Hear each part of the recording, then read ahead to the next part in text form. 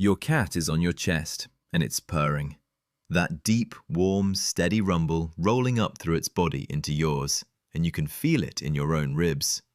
It is, you've always thought, the most contented sound in the world.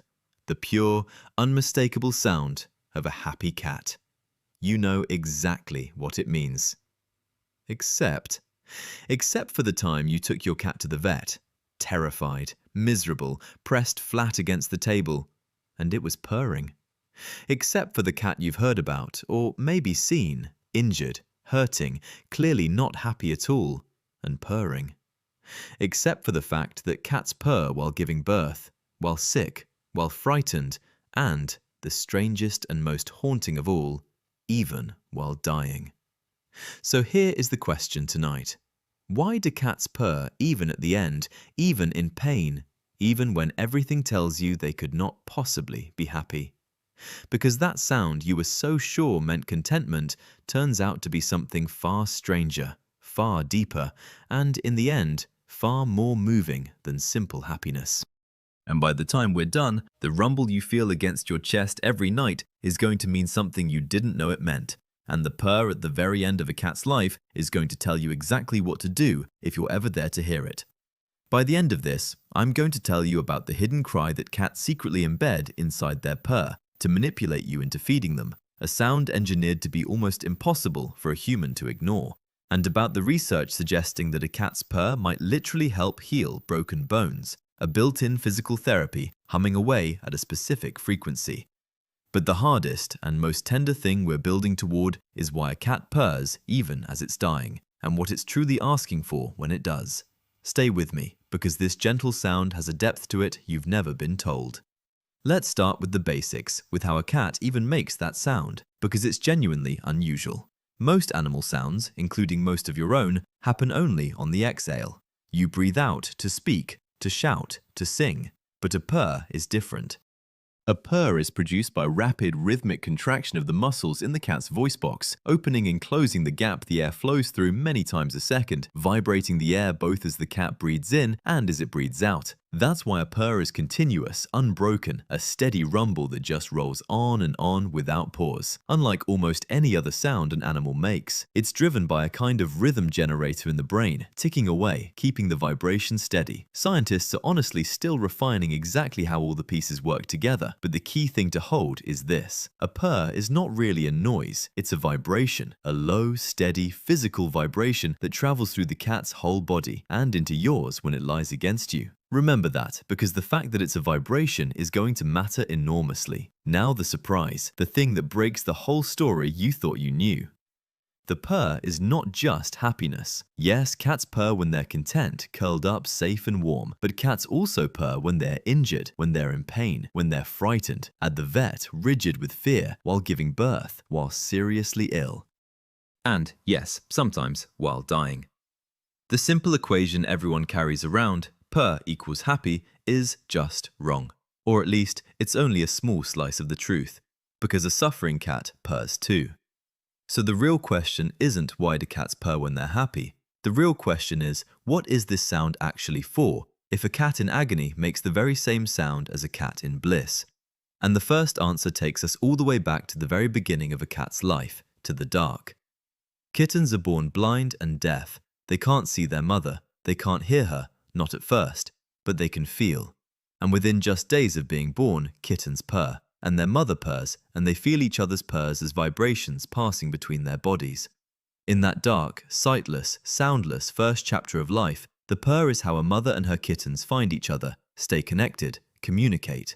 The purr is, in its very origin, the language of comfort and care between a mother and her young. It says, in a vibration a blind newborn can feel, I'm here, you're safe, I've got you, I'm okay. And here's the crucial part. The cat carries that signal for the rest of its life. The purr never stops being, at its core, the language of comfort. So when a cat purrs, what it is reaching for, deep down, in joy or in pain, is that same primal thing. Closeness, comfort, connection. Come near, I'm safe with you, or I need you near me now. Which is exactly why a cat in distress purrs. It isn't happy. It's reaching for the oldest comfort it has ever known. the rumble that soothed it before it could even open its eyes. And at the same time, it may be calling out for care, the way it once called its mother in the dark. And cats have learned to aim that care-calling purr directly at us, in a way that's honestly a little bit devious. Researchers studying the purrs cats use when they want to be fed found something hidden inside them. Embedded within that particular purr, the demanding "feed me now" purr, is a high-frequency component, a sound that is acoustically similar to the cry of a human baby. And human beings are wired, deep down, to respond urgently to a baby's cry. We can't easily ignore it. So cats, over their long history with us, have evolved a purr with a secret cry tucked inside it, one that reaches straight into our caregiving instinct and makes us get up and fill the bowl. Your cat has, in a real sense, weaponized its purr against you. It found the one frequency you cannot tune out and slipped it into the most soothing sound it makes. The purr isn't only comfort, it's also a tool, finely tuned, for summoning care from the creatures it lives with, namely you. But there's a second answer, and this one is genuinely astonishing, and it's about that vibration I told you to remember. Because a cat's purr sits in a low frequency range, a slow, deep rumble. And here is the remarkable thing. Research has shown that vibration in roughly that frequency range can have real physical effects on the body. It can help promote bone density, it can aid the healing of tissue and wounds, it can reduce pain and inflammation. And so, a striking hypothesis emerged. What if cats purr when they're hurt or sick because the vibration itself is helping them heal?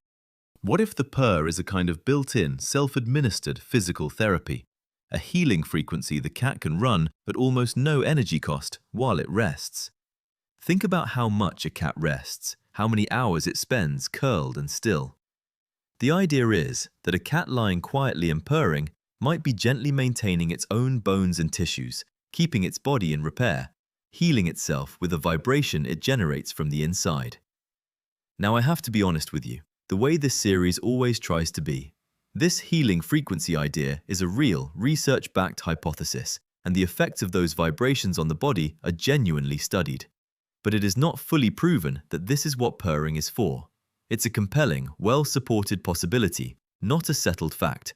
So hold it as the fascinating, plausible thing it is. And while we're here, there's a lovely bonus. That same low, soothing frequency may be part of why a cat's purr calms you, lowers your own stress, settles your heartbeat. The vibration that may help heal the cat may also be quietly soothing you every time it rumbles against your chest.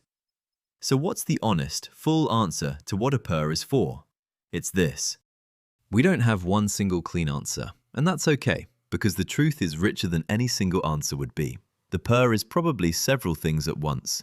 A signal of comfort and connection, born in the dark between a mother and her kittens. A call for care, refined into a sound we can't ignore. A way for a cat to soothe itself, and, possibly, a way for it to heal its own body. The tidy story, purr equals happy, was never the whole truth. The purr is the cat's all-purpose response to the moments that matter most, the best ones and the worst ones alike. And that finally brings us to the hardest question, the one we've been building toward. Why does a cat purr even at the end, even while it's dying? And I want to handle this gently, because it matters, and because the easy answer is the wrong one. The comforting story people tell is that the cat is happy to die, at peace, purring its way out contentedly. And I understand why we want to believe that. But it's almost certainly us projecting our hopes onto the animal. The honest truth is both harder and, in its own way, far more moving. A dying cat is often in distress. And the purr at the end is, most likely, the cat doing the very thing it has always done in its hardest moments. Soothing itself, reaching for the oldest comfort it has ever known, the rumble that has calmed it since before it could see. And, just as much, calling for care. Summoning the ones it trusts to come close, exactly the way a tiny kitten's purr once called its mother through the dark. The purr at the end is not proof that the cat is happy. It is the cat asking, in the only language it has ever had for the worst moments, for comfort and for someone to be near. It is reaching, one last time, for the thing that has soothed it its entire life. And that reframe, hard as it is actually a gift, because it tells you exactly what to do. If you are ever there, at the end, and your cat is purring, don't puzzle over it as a mystery, and don't take the false comfort that it must mean joy. Read it for what it most likely is, a request, and answer it. Be close. Let it feel you near. Put your hand on it, gently. Let it feel your warmth and your weight and your presence, the way its mother's purr once told it in its very first hours, you are not alone in the dark.